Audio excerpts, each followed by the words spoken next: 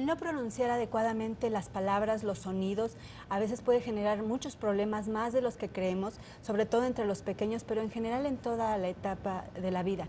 Eso se llama dislalia, es un trastorno del lenguaje. Y para ello está con nosotros Alejandra Tapia. Ella es pedagoga y terapeuta del lenguaje. Hola, Alejandra. Muchas gracias por la invitación. Oye, dinos, la dislalia, ¿cómo se define? Porque parece que es más común de lo que creemos. Exactamente, de hecho es uno de los trastornos más comunes del lenguaje. En este caso, esta se caracteriza por esta alteración al momento de emitir algún fonema. Estamos hablando de que es un trastorno del lenguaje a partir de que no se pronuncien bien los fonemas. Es decir, cuando los pequeños o incluso no tan pequeños, que en lugar de R dicen L, ¿no? Exactamente. Que en lugar de S dicen che y no pronuncian. Exactamente. Esa es la dislalia. Eso es la dislalia, sobre todo si hablamos de dislalia funcional, que en este caso es que no se da un uso adecuado a los órganos de articulación, sobre todo lo que es el órgano lingual. En este caso tú también me mencionabas que se confunden las palabras.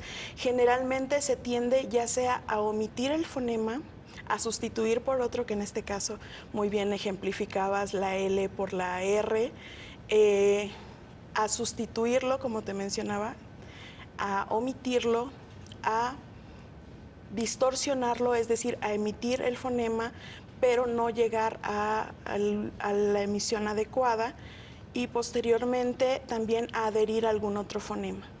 Oye, es más problemático de lo que uno cree, porque finalmente, ¿qué problemas puede generar en los pequeños o en las personas más adelante el no pronunciar bien las palabras? Mira, generalmente es muy común ver en las escuelas cómo los niños se enfrentan a casos de bullying por este problema. De descalificación, exactamente, de maltrato. ¿por qué? Porque no tienen el uso adecuado de los fonemas, y obviamente eso repercute en su desarrollo social, sobre todo porque tiende a tener baja autoestima el niño que tiene problemas de dislalia, y también porque en lo que es la adquisición de la lectoescritura también se les dificulta un poco al momento de leer, al momento de escribir, porque tienden a confundir de acuerdo a cómo hablan, leen y escriben.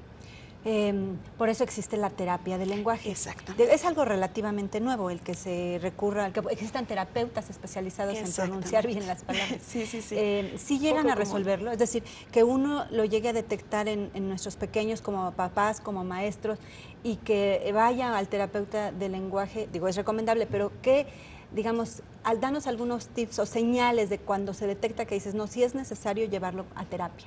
Bueno, para este caso es muy importante que como papás estén muy atentos y tengan como muy consciente que el desarrollo evolutivo de los niños es poco a poco ir adquiriendo cada fonema. Existen varias escalas, que la mayoría de ellas generalmente hablan de que alrededor de los 3 a los 4 años de edad se adquieren fonemas como la M, la P, la T, la D.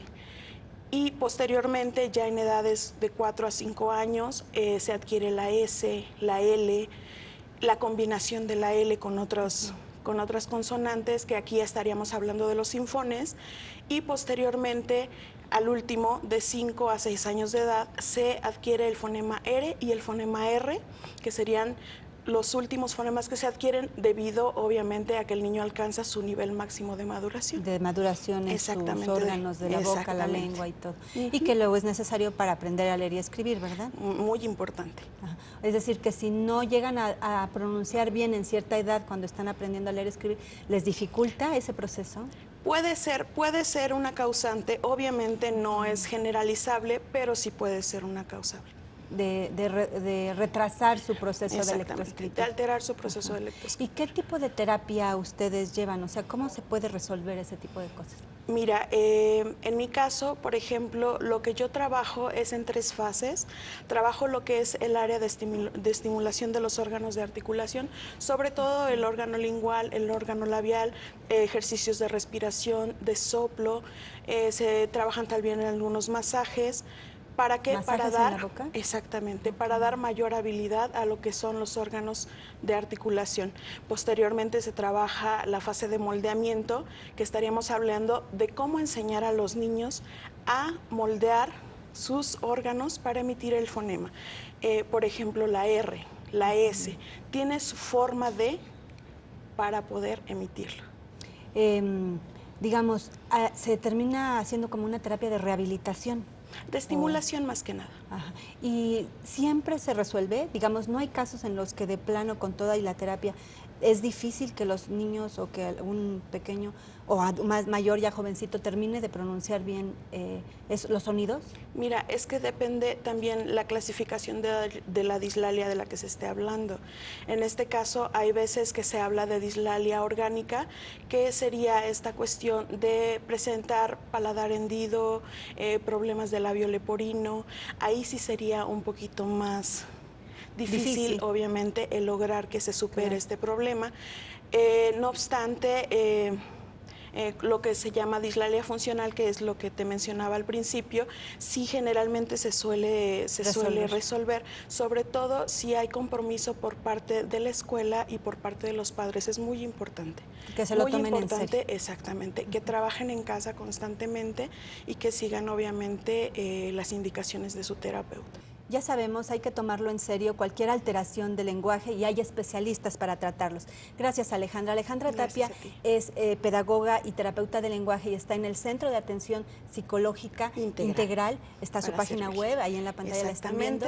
¿Y nos puedes dar los teléfonos, Claro Alejandra? que sí, el teléfono es 5698-5624 y estamos para atenderles en un horario de lunes a domingo de 8 de la mañana a 8 de la noche. Muchas gracias, Alejandra. Gracias a ti.